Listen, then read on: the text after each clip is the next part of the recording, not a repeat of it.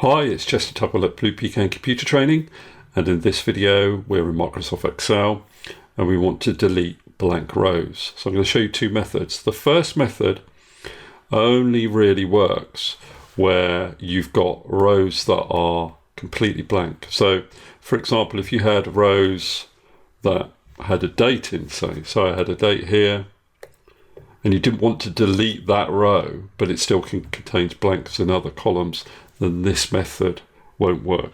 So this method is only useful if you've got completely blank rows, and all of those blank cells are rows you want to delete. Okay, so let's look at how we would do it. So first thing to do is on the Home tab, go to Find and Select, go to Special, select Blanks, click on OK. Then we're going to delete those rows. So the easiest way to do that is Control minus on your keyboard, Control minus, and then you want to delete entire rows, and it gets rid of all of those rows. So let's look at our second method. What I'm going to do is just undo those deletions. And in this scenario, what we're going to have is we're going to have a few rows that are only partially empty. Now we don't want to delete the partially empty rows, only the completely empty rows. So we can't use the previous method. What I'm going to have to do is create another column. Okay, just call it empty row, you can call it whatever you like. Now what we're going to do in this new column is use a function called COUNTA.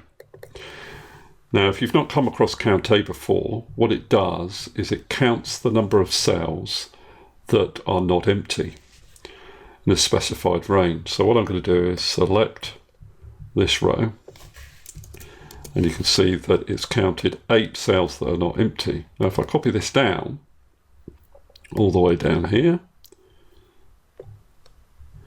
what it'll do is it will return 0 where we've got completely empty rows.